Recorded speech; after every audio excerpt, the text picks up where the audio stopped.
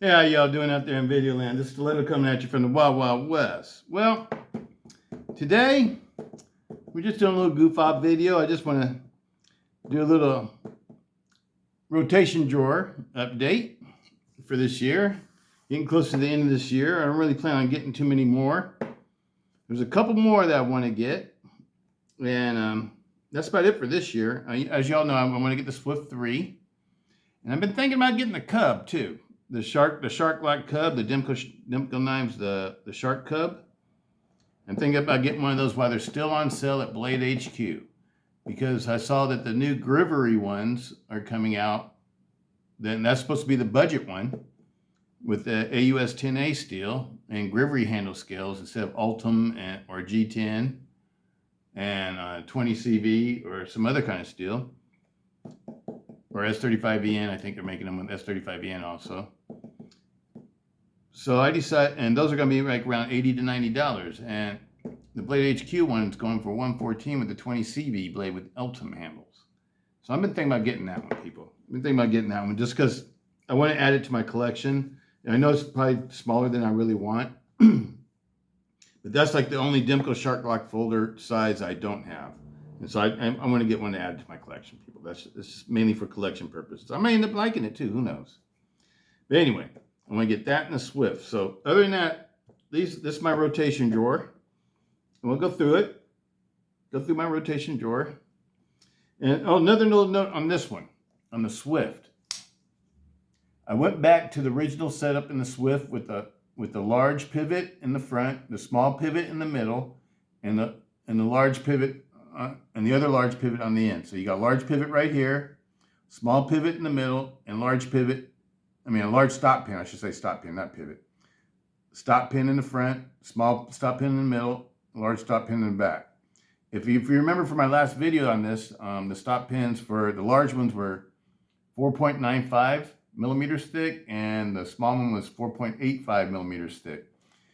I put two of the large ones in the front just to see if I could take away that little tiny bit of blade play, and it did, but it created another issue. You gave it a little bit of, when it was in the folded position, this part right here, where you would be able to push it up and down just a little bit where it gave a little ticking noise, and that annoyed me. So because of the rear pivot, by putting the small one in the back and taking out the large one, it set off the free play, or the space in between the stop pin and the lock bar. So it created a little gap, so it made a little noise. So I put it back to the original configuration, people. And I just stretched the heck out of this spring, and right now I got solid lockup, no blade play at all. No blade play at all on this one. Absolutely love the carve. But I think where a lot of the blade play might be coming from on this one, on this model, maybe it's because the finish is getting worn off where the lock bar connects the blade tang, and it might, that thickness of the finish could probably create just a slight little tick. But it's not anything that's a safety issue, because you have to pull back this one way back before it releases, people. So I don't think it's a safety issue at all. They may end up with a little tiny tick, but I wouldn't really worry about it, because this is a beautiful knife, and it's a super heavy duty built knife, and the parts are all heavy duty. So it's not like you have to worry about anything failing on this one. It's an excellent knife. But anyway, let's let this be the first one that we talk about. This is my carve. It's one of my new favorites, the Atlas Locker carve. It's got a 3 3/4 inch blade. Absolutely love it. AUS 10A blade. I purchased this one for $56.14 during the Midway sale. And now I think they got them going for like $106.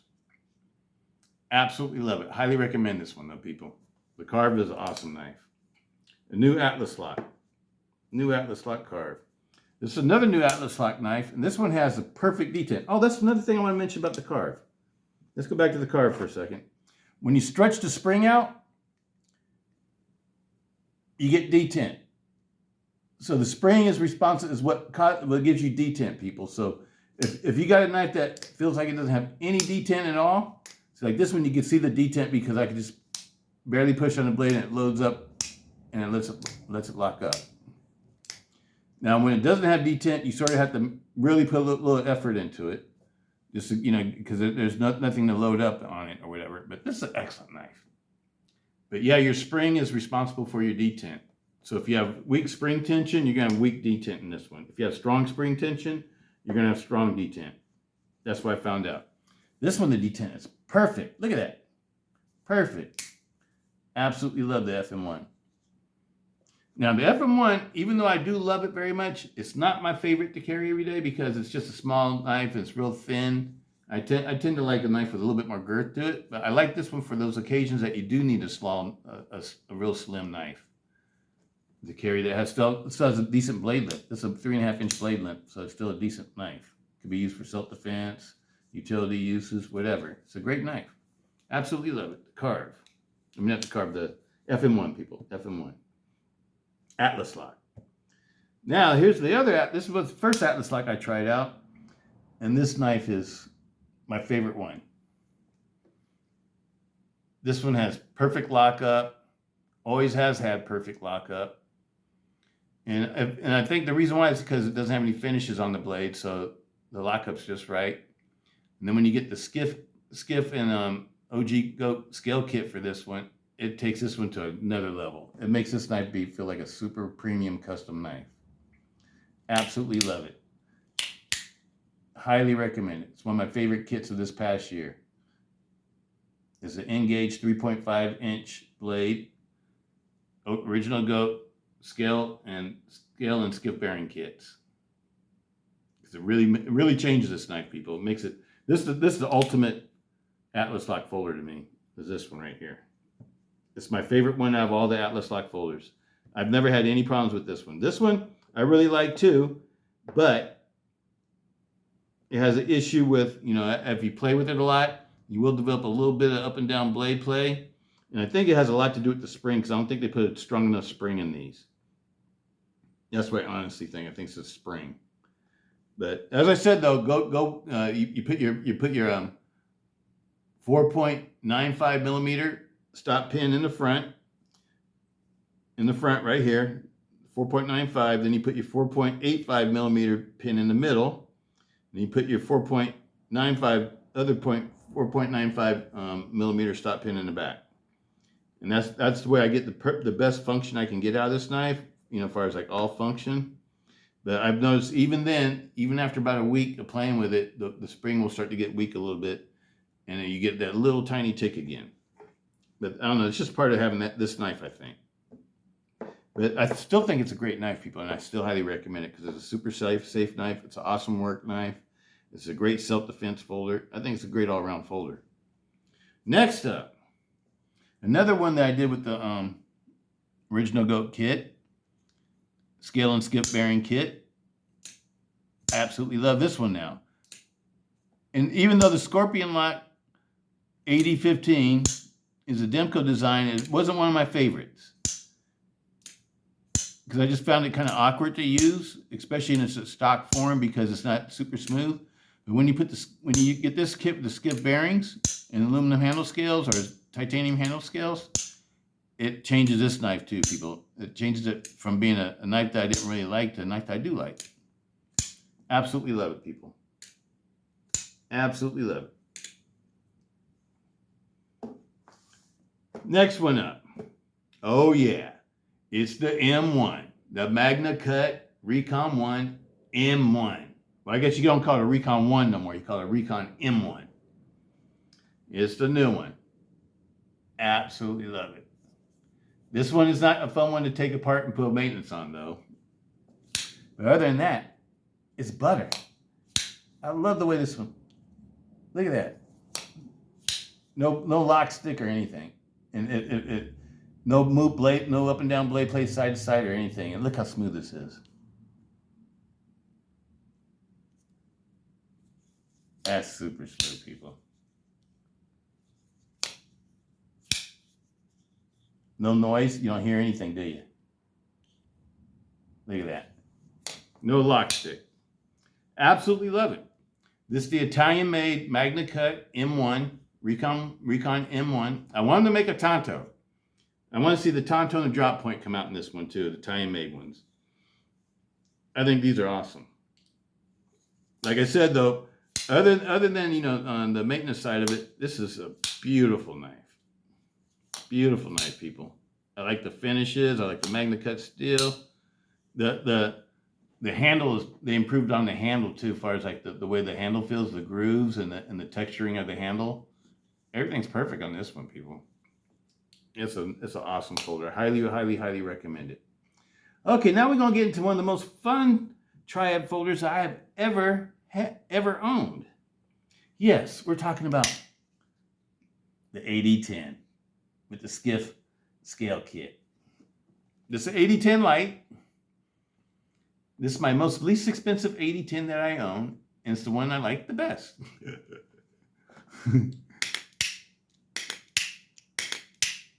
This knife is awesome, people.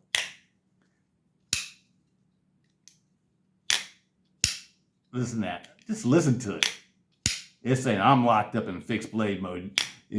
I'm as strong as a fixed blade. The 8010. Oh yeah, the 8010 is one of my favorites, people, from Cold Steel. If y'all haven't figured that out yet, you know, I'm letting you know now. I absolutely love the 8010. I got titanium 8010s, aluminum 8010s, G10 8010s. I got them all. I absolutely love them. Absolutely love them. And I love the original scale kits for them. The new Cold Steel 8010s are really nice too. The limited edition titanium ones, I highly recommend those too. I had to get both of those for my collection too. But this is the one I like to carry. This is the 8010 that gets carried the most, people. This one right here. The most least expensive one that I've owned. This one costs about $115 to make. And that includes buying a brand new 8010 Tonto Light knife. And the scale kit for this, when I purchased it, it was like about $65 or something like that. And the knife was $50. So it's like $115 it cost me to make this knife. And it's one of my favorites.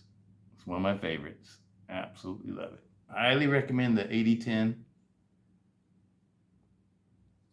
Whether you get in a stock form or you customize it with OG goat parts or what have you. It's a beautiful knife.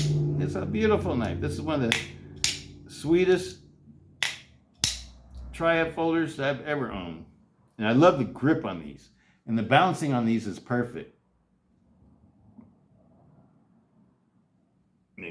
There we go. 50-50 balance at the finger, Troy. That's what I like the best, people. These are awesome knives. Highly recommend it. The 8010 is one of my favorites. Okay, let's get into Spydercos. This is my crew wear. Crew wear, Spyderco. I love crew wear, people. I love crew wear. I love M4. And what's one of my big favorites is 3V. I love 3V. 3V, crew wear, M4. I love them all, people. Love them all. And crew wear is a perfect steel for this knife. If you ask me, I think it's the best steel that you can get for this knife. I know they make harder steels that hold even better edges, like the S101V and the S90V. I'll take the crew wear though, because crew wear holds a good edge and it's tough. And it's got enough stain resistance to keep it from rotting real quick. So it's not like, I would call it like a semi-stainless, sort of like a 3V or M4. I put in a semi-stainless category, D2. Absolutely love it. This is the compression lock military 2 with micarta scales, crew rear blade. It's all stock. This one's not modified except for the lanyard plug. Absolutely love it. It's one of my highly carried knives. I carry this one to work whenever I have to do some serious cutting chores for like food prep and stuff like that. Same thing goes for this one. I like my Manix 2XL also. This is one of my favorite knives too. If you look, the handle, it's got a handle that looks pretty much like a 8020 S model or 8020 or even an 8010, 8010.5, 8020.5. Absolutely love it. This one's been all polished. This is one of my favorite knives too. This is a crew wear also. I love my crew wear Spydercos, people. The S30V is cool too, but I like the crew wear. The crew wear is my favorite ones for the Spydercos. Love that crew wear still. Next up, oh, that's got the ball bearing lock. This one's been modified with a fly titanium ball cage. And it's also got the lanyard plug. And it's got bladescales.com handle scales. I went to bladescales.com website the other day, and it looks like it doesn't exist no more. I don't know, did the company go out of business? I hope not, because they used to make some awesome scales and for good prices made in the United States. Oh, man, I hope they didn't go out of business. But maybe they're out of business now, so that company may not exist no more. Next up. Okay, here goes another kit from Original Goat. And what is it for this time? The MSI. MSI. This MSI has been polished. It's got the polished titanium backspacer, polished Original Goat scales. These are I want to call them the MM2. I think it's the MM2 scales. I really like them. It's beautiful. This is a beautiful knife, people. It's one of my most beautiful knives. Put a lot of work into finishing this one. Absolutely love it. Still got a titanium set to put together too. I have to get another. MSI for that kit. I need to get another MSI for that one. I don't want to use one of the MSIs I already have because I like the way all these are already. MSI with the ram lock is a lot of fun, people. But I must admit, I'm gonna be honest. I know it's gonna hurt some people's feelings. I must admit, I've seen the cutting board review videos of the spine whacking, and after seeing that, even though I never had that problem with mine, I always got that question mark in the back of my head. So I don't carry these like self-defense folders, people. This is a work knife for me. I carry it to be a work knife. I wouldn't carry this one to be a primary self-defense folder because of the spine whacking issues. And like I said, I've never had that experience with mine. I haven't had that personal experience, but I've seen a lot of other people have that experience. And so I can't fully trust this one like I would trust a lot of these other knives. But I still love it. I love the Microtech ram lock. And even if this one does give out, it is safe. It won't cut you up if it folds in on your hand. So even though I don't trust this lock to the fullest, I still feel like it's a fairly safe knife, and I still carry it. I still love it. I only got a couple Microtechs. I got the MSIs. I got Microtech balisongs from back in the 1990s, titanium balisongs. And what else do I have that's Microtech?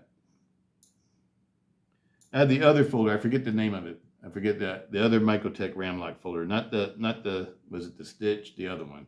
I forget the model name, people. But I have that one. I have a couple of those too. But I really like the Microtechs. It's just I don't trust the ram lock like I did initially. After seeing all the videos, this is the one that gets carried the most. For this one right here. This one's got Voltex Engineering scales on it, carbon fiber scales. These are real carbon fiber scales, not the fake carbon fiber. These are carbon fiber all the way through. And this is the first one that I put together. And I absolutely love it, people. Absolutely love it. This makes this one really light. It's just as light as the one with the polymer scales. But I just like the carbon fiber a little bit better. Absolutely love it. And this one has the apocalyptic finish. The apocalyptic finish. I think that's what they call it. All right, people. Next up. This one is my favorite pocket knife of all time. All other pocket knives have to compete against this one if they want to be my favorite. This is my favorite. My 8020S model. This has been in the box longer than any of these other knives. I don't foresee this one ever getting kicked out the rotation box, getting replaced, because I think it'd be really hard to make a knife better than this one. Now, sure, you can make it better by giving it a better steel. That's true. This is one of the original 8020S models with the D2 steel, with the K110 Austrian D2. And I absolutely love it. I absolutely love it. I polished this knife all the way out. I bought it used because I couldn't afford a new one, so I bought a used one and totally refurbished it. polish everything. You know me, people. Put an original goat aluminum backspacer on it. And this has become my favorite knife ever since I've made it. I absolutely love this knife, people. And this D2 holds the edge. I don't know why people complain about the Austrian D2, but the D2 holds the edge. And this is the King Fidgeter. Nothing fidgets better than a 80-20 model knife from Demco Knives. This is the one that I recently made. I recently made this out of the Blade HQ exclusive. It had the Ultim handle scales on it. I swapped it out with the original goat kit with the Jimp aluminum backspacer, Shark's Tooth aluminum scales, Lynch Northwest pocket clip, and it has skiffs inside, of course. You know me, people. When it comes to bearing knives, I always use skiffs. Absolutely love it. These are the Kings and Fidgeters. These knives lock up tight all the time. No blade play, no side to side, no nothing. And they're consistent. They're always like this. They're always this good. So I highly recommend, for people who are cold steel fans like me, but if you want something that's like a step above a cold steel, but still sort of like a cold steel, because after all, Andrew Demco, this is his design. This is Andrew Demco design. This is Andrew Demco design. These are all the new GSM cold steel designs. These three right here are Andrew Demco designs.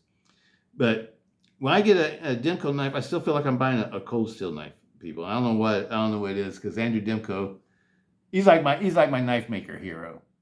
He's like the knife maker that I probably like the best. Is Andrew Demco. And the reason why is because he makes knives that I like. I like knives that are fairly heavy duty. I like knives with nice grips.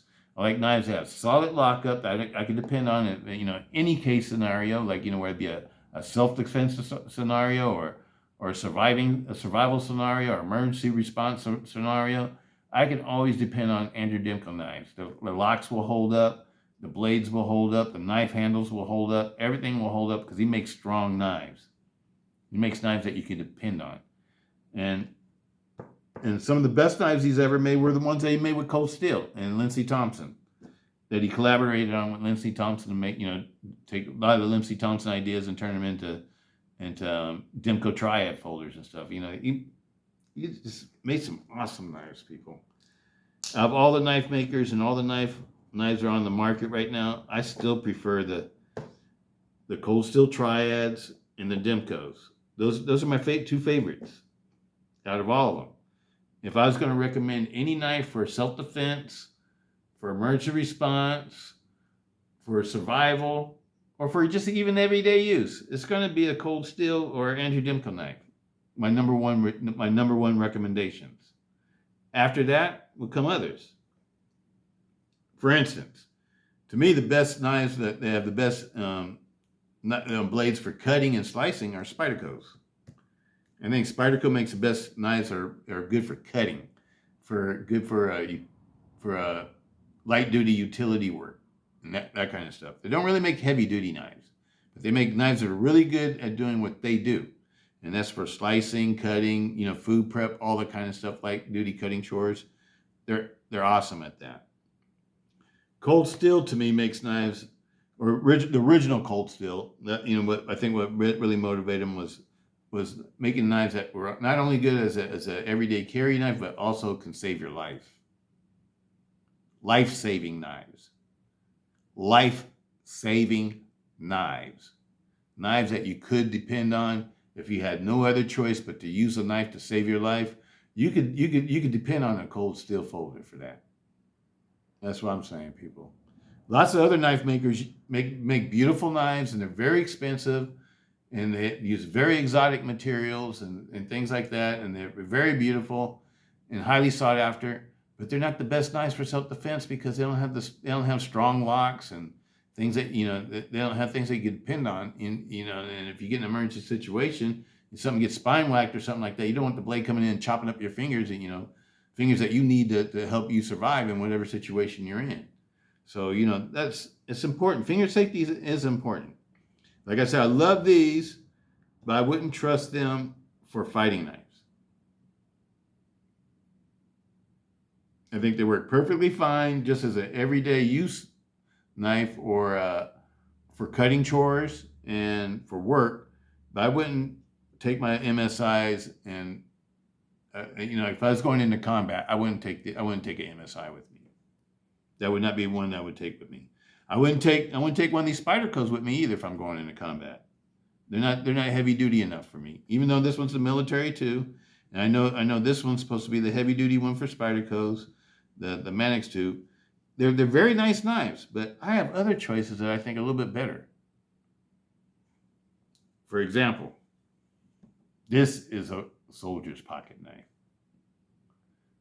I think the Recon 1 is one of the best soldier's pocket knives that's ever been made. And for me, I want the Tonto blade, but whether you get the Tonto blade, a clip blade, or a drop point blade, I think this is probably one of the best knives for a soldier to carry. Number one, you got the nice DLC coating. It's all blacked out. Number two, it's not too heavy. It's not too heavy. These knives weigh in between 5 and 6 ounces. Number four, it's got the triad lock, which makes this like a folding fixed blade. It's about as close as you can get to a folding fixed blade, people. And for the size and weight of this knife, you're not going to find anything stronger or better. It's an awesome knife. Awesome knife. Great knife for self-defense. Feels good in your hand. I would highly recommend this one. This would be the one I would recommend for soldiers. Would be the Recon M1. Out of all the ones that are on this table, this would be the one I'd recommend for soldiers, people. Now, if you're a civilian and you consider yourself a patriot, soldier, whatever, I would have to go with oh yeah. I love my 8010, people. I love my 8010. They need to make, if they made this knife all blacked out, with DLC coating and everything else like that. I know they got the other blade type with the blackout finish, but that's just not my favorite blade type. My favorite blade type is a Tonto. If they make this one blacked out, I think that'd be a great soldier's knife too. Probably better than this one, maybe. I don't know. That just depends on preference. The 8015.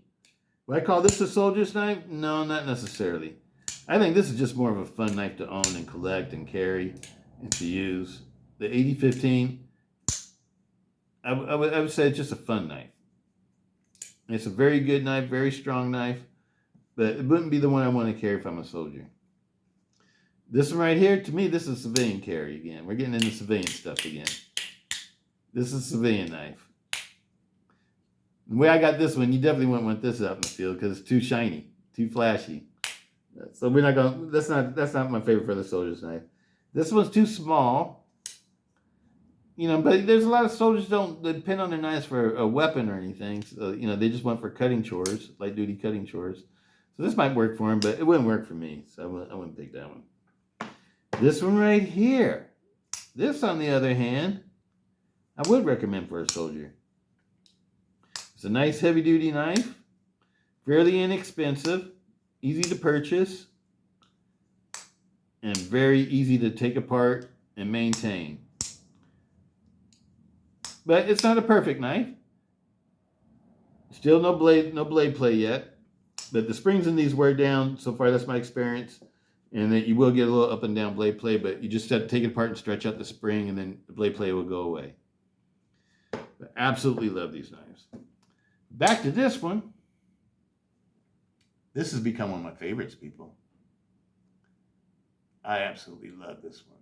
I think these 80-20.5 slicer models with this blade type and without any thumb stud, I think is my new favorite 80-20.5. Absolutely love the 80-20.5. And here's my purple rain 80-20.5. They're both set up pretty much the same way. They both got the extra thick scales. This one's got Flytanium scales.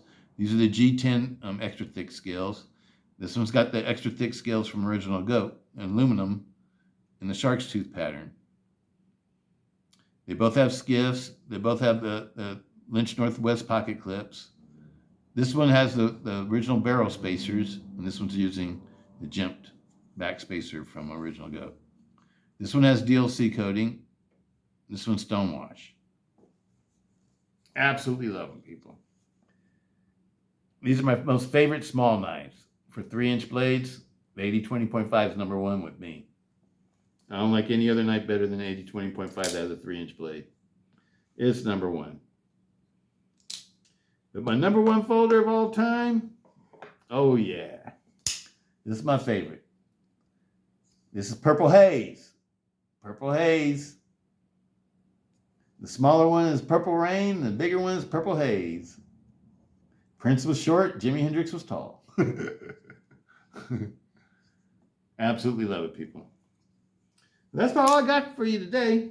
I just feel like chatting with y'all, just hanging out, see what everybody's doing. I had the day off today because I had to handle some business. So I had to take the day off, and my business is handled, so I had some free time. So I thought I'd make a video with you guys and see what everybody's doing. Still missing my Juno. Peace out. Hope everybody's having a great day today. Peace. Stiletto.